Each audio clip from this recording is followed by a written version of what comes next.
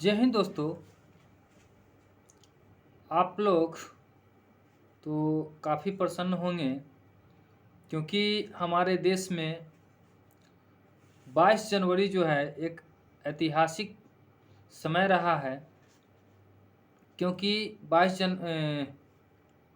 जनवरी को हमारे देश में राम लला जी आए हैं, तो आप लोग तो बहुत खुश होंगे।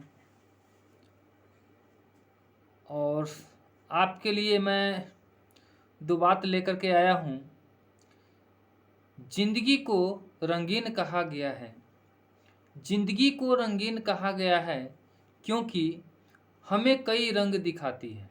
जिंदगी को रंगीन कहा गया है क्योंकि जिंदगी हमें कई रंग दिखाती है। कभी जिंदगी हमें हंसाती है तो कभी जिंदगी मुझे रुलाती है। कई बार तो ऐसा होता है कि जी जान से मेहनत करते हैं। कभी तो ऐसा होता है जी जान से मेहनत करते हैं, बाद भी हमें वो नहीं मिलता जिसके हम हकदार होते हैं। कई उतराव चढ़ाव झेलने के कारण, खून पसीना एक करने के बाद भी हमें मंजिल नहीं मिलती। कई बार ऐसा होता है कि मंजिल सिर्फ एक कदम दूर रहती है और हम वहाँ से जो है पीछे यानी कि वापस हो आते हैं। इस परिस्थिति में प्रेरित रहना, हौसला बनाए रखना और हिम्मत न हारना बहुत ज़रूरी होता है। अगर आप भी ऐसा दौर से गुजर रहे हैं तो आपको हमेशा कुछ ऐसा करना चाहिए जिसमें जो है सकारात्मक सोच आए। तो ये दो लाइनें आपके लिए मैं लेकर के आया था और मैं आपसे यही कहना चाहूँगा, जो देश में जो हो रहा है अच्छा ही हो रहा है, लेकिन आपके पास अगर थोड़ा नॉलेज है, आप पढ़े लिखे हैं, आपके पास थोड़ा सा ज्ञान है, तो आप समझ रहे होंगे इस देश में जो है क्या ज़रूरी है, क्या हो रहा है, क्या होना चाहिए। आप समझ रहे हैं इस बात को। यदि आप थोड़ा सा मैं बैक जाता हूँ, 9th का बुक पढ़े होंगे अर्थशास्त्र, तो उसमें दिया हुआ है मानवता पूंजी। मानवता पूंजी जो है देश के लिए सबसे ज़्यादा लाभदायक होता है।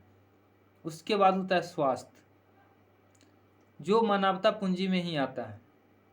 मानवता पूंजी अगर हमारे पास है, जिसे हम कहते हैं शिक्षा और स्वास्थ्य, ये दोनों हमारे पास है, तो ज़िंदगी में जो है हम किसी भी मुकाम तक पहुंच सकते हैं, किसी भी लक्ष्य को हासिल कर सकते हैं। लेकिन हमारे देश में दुर्भाग्य की बात यह है कि हमारे देश में मानवता पूंजी है ही नहीं। इसीलिए देश आज़ाद होने से लेकर आज तक हमारा देश जो है विकास नहीं कर पाया। ये सब कारण है। तो चलिए, ज़्यादा समय हम लोग इस बात पे नहीं लेंगे। आप समझ गए होंगे मैं क्या कहना चाह रहा था, क्या कहा हूँ। तो बस आप लोग जो समझदार हैं, पढ़े लिखे हैं, इस चीज़ को समझना बहुत ज़रूरी है, इसलिए मैं दो लाइन बोल दिया हूँ। चलिए अब हम लोग बढ़ते हैं क्वेश्चन की ओर। पहला क्वेश्चन है, बिहार में मुखिया द्वारा कितनी अवधि पर ग्राम पंचायत की बैठक बुलाई जा सकती है। माने एक गांव में जो है मुखिया जी जो होते हैं, उनके द्वारा कितने अवधि पर बैठक बुलाई जा सकती है। जो ऑप्शन 4 दिया हुआ है उसमें पहला ऑप्शन है 7 दिनों में, दूसरा ऑप्शन है 15 दिनों में, तीसरा ऑप्शन है 20 दिनों में और चौथा ऑप्शन है 14 दिनों में। तो मुखिया जी के द्वारा जो है ग्राम पंचायत की बैठक जो है 15 दिनों पर जो है बुलाई जा सकती है। बढ़ते हैं फिर नेक्स्ट क्वेश्चन की ओर। जवाब ठीक है। बिहार में स्वराज दल के अध्यक्ष कौन थे। अगला क्वेश्चन है, बिहार में स्वराज दल के अध्यक्ष कौन थे। ऑप्शन में है मौलाना मोहम्मद शफी, दूसरा में है नारायण प्रसाद, तीसरा में है अब्दुल बारी सिद्दीकी, चौथा में है कृष्ण वल्लभ सहाय। तो इसका सही आंसर जो बनता है नारायण प्रसाद। फिर चलिए बढ़ते हैं नेक्स्ट क्वेश्चन की ओर। नेक्स्ट क्वेश्चन कहता है, इन ए फ्री स्टेट की रचना किसने की? इन ए फ्री स्टेट की रचना किसने की? ऑप्शन में है विक्रम सेठ, रस्किन बॉन्ड, और तीसरा ऑप्शन है बीएस नायपॉल, और चौथा ऑप्शन है खुशवंत सिंह। तो इसका सही आंसर बनता है बीएस नायपॉल। बिल्कुल सही आंसर है। फिर बढ़ते हैं नेक्स्ट क्वेश्चन की ओर। नेक्स्ट क्वेश्चन कहता है स्वतंत्र भारत की पहली महिला रक्षा मंत्री कौन थी? स्वतंत्र भारत की पहली महिला रक्षा मंत्री कौन थी? आंसर में ऑप्शन दिया हुआ है निर्मला सीतारमन, दूसरा ऑप्शन दिया हुआ है सरोजनी नायडू, तीसरा ऑप्शन दिया हुआ है सुषमा स्वराज, चौथा ऑप्शन दिया हुआ है इंदिरा गांधी। तो इसका सही जवाब बनता है इंदिरा गांधी। बिल्कुल सही जवाब है। बढ़ते हैं नेक्स्ट क्वेश्चन की ओर। नेक्स्ट क्वेश्चन है इसरो के अध्यक्ष कौन है? पहला क्वेश्चन है जी माधवन नायर, दूसरा ऑप्शन है किरण कुमार, तीसरा ऑप्शन है सतीश धवन, चौथा ऑप्शन है एस सोमनाथ। तो इसका सही आंसर बनता है एस सोमनाथ। बिल्कुल सही जवाब है। अगले क्वेश्चन देखते हैं national museum of natural history Bharat में कहाँ स्थित है? क्वेश्चन कहता है national museum of natural history Bharat में कहाँ स्थित है? ऑप्शन में है पुणे, दूसरा ऑप्शन में है नई दिल्ली, तीसरा ऑप्शन में है चेन्नई, और चौथा ऑप्शन में है लखनऊ। तो इसका सही आंसर बनता है नई दिल्ली। अगले क्वेश्चन की ओर बढ़ते हैं। अगला क्वेश्चन कहता है किस वर्ष जिला पदाधिकारी जैक्सन की हत्या कर दी गई? किस वर्ष जिला पदाधिकारी जैक्सन की हत्या कर दी गई? तो 1909 ईस्वी में जो है इनकी हत्या कर दी गई थी। फिर अगला क्वेश्चन की ओर बढ़ते हैं। अगला क्वेश्चन कहता है राष्ट्रीय मानवाधिकार आयोग के अध्यक्ष कौन है?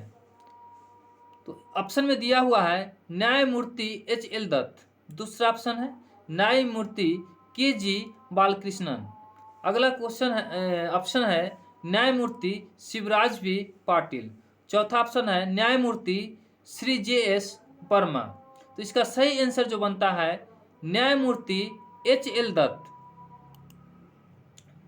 अगले क्वेश्चन की ओर बढ़ते हैं। अगला क्वेश्चन है अंगोला की राजधानी कहाँ है? क्वेश्चन है अंगोला की राजधानी कहाँ है? तो अंगोला ऑप्शन में दिया हुआ है किसानसा, लुआंडा, नेक्स्ट है मोनरोविया, और लास्ट ऑप्शन है लुसाका। तो इसका सही जवाब बनता है लुआंडा। लुआंडा बी ऑप्शन जो है इसका सही जवाब है। फिर बढ़ते हैं नेक्स्ट क्वेश्चन की ओर। नेक्स्ट क्वेश्चन है पाइका आंदोलन के नेता कौन थे? पाइका आंदोलन के नेता कौन थे? फर्स्ट ऑप्शन है गोविंद गुरु, सेकेंड ऑप्शन है रत्न नायक, थर्ड ऑप्शन है वीर पांड्या, और फोर्थ ऑप्शन है बल्थी जगबंधु। तो इसका सही जवाब बनता है बल्थी जगबंधु। फिर बढ़ते हैं नेक्स्ट क्वेश्चन की ओर। बिहार का उच्च न्यायालय कहाँ है? बिहार का उच्च न्यायालय कहाँ है? ऑप्शन में है पटना, दूसरा में है सारण, तीसरा ऑप्शन है कोसी, चौथा ऑप्शन है मगध। तो सभी को मालूम होगा मुझे लगता है, इसका जो है बिहार का उच्च न्यायालय पटना है। नेक्स्ट क्वेश्चन कहता है निम्नलिखित में से भारत में रजत कौन क्रांति से जुड़ा है? क्वेश्चन कहता है निम्नलिखित में से भारत में रजत कौन क्रांति जुड़ा है? दुग्ध उत्पादन से, अंडा उत्पादन से, कपास उत्पादन से, या चांदी उत्पादन से? इसका सही आंसर बनता है कपास उत्पादन से। नेक्स्ट क्वेश्चन है बिहार का राजकीय भाषा है? ऑप्शन ए में है हिंदी व उर्दू, बी में संस्कृत व उर्दू, सी में हिंदी व संस्कृत, और डी में इनमें से कोई नहीं। तो बिहार का राजकीय भाषा जो है हिंदी और उर्दू है। ऑप्शन ए इसका सही बनता है, बिल्कुल सही है। फिर बढ़ते हैं नेक्स्ट क्वेश्चन की ओर। क्वेश्चन कहता है राष्ट्रीय खाद्य सुरक्षा अधिनियम बिहार में कब लागू किया गया? राष्ट्रीय खाद्य सुरक्षा अधिनियम बिहार में कब लागू किया गया? पहला ऑप्शन है 5 सितंबर 2013, दूसरा ऑप्शन है 1 अप्रैल 2014, तीसरा ऑप्शन है 1 फरवरी 2013, चौथा ऑप्शन है 1 फरवरी 2014। तो इसका सही जवाब बनता है, सही आंसर जो है ऑप्शन डी है 1 फरवरी 2014 को। बढ़ते हैं नेक्स्ट क्वेश्चन की ओर। नेक्स्ट क्वेश्चन कहता है बिहार का राजकीय वृक्ष है। ऑप्शन ए में है बेल, ऑप्शन बी में है पीपल, ऑप्शन सी में है आम, ऑप्शन डी में है नीम। तो इसका सही जवाब बनता है पीपल, ऑप्शन बी। अगला क्वेश्चन कहता है निम्नलिखित में से किसने आईसीसी का वर्ष 2017 का सर गारफील्ड रोवर्स ट्रॉफी का खिताब जीता?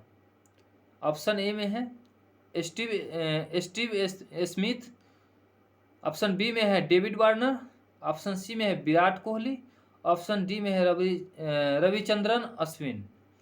तो इसका सही जवाब बनता है ऑप्शन सी विराट कोहली।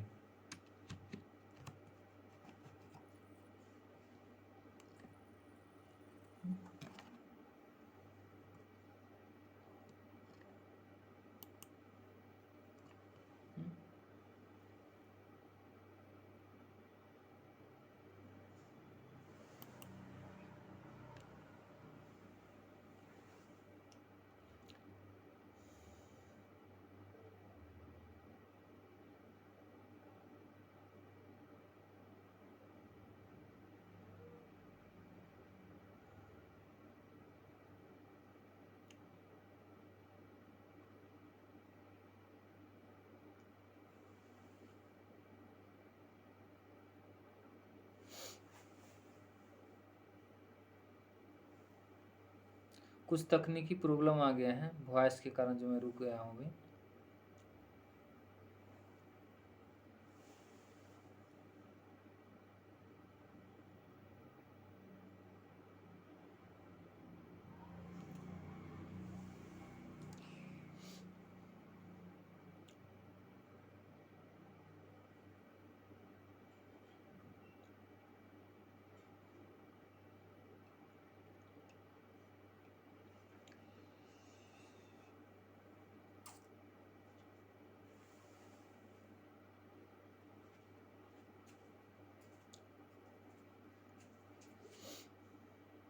तुम लोग भी अभी यही है ना, उसे चल गए।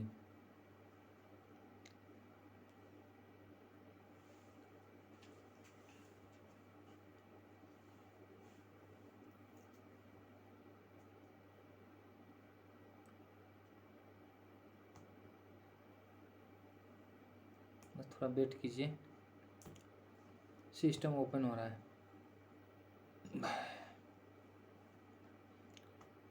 लाइट की वजह से ऐसा हुआ है।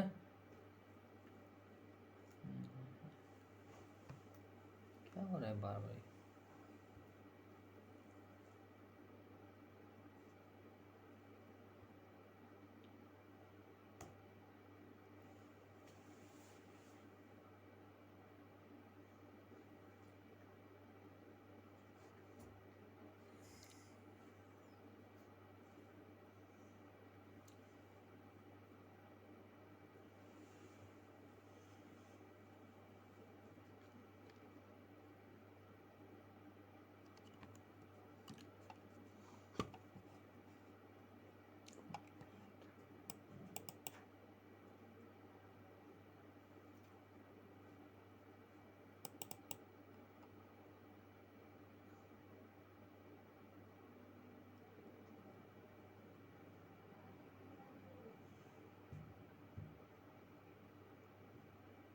नहीं हिलाओ, क्या हिला लो?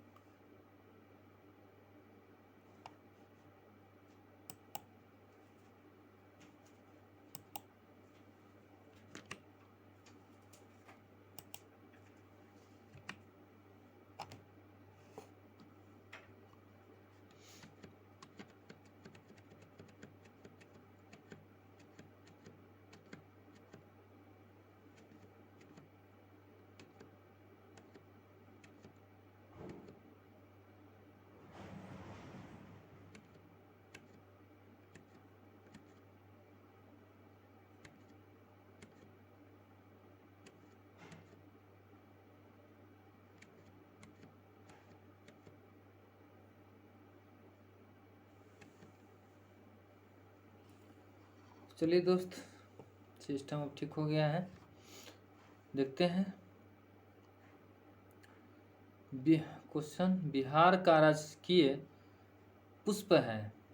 ऑप्शन में है कमल, गेंदा, गुलाब या इनमें से कोई नहीं। तो इसका सही आंसर बनता है ऑप्शन बी, गेंदा।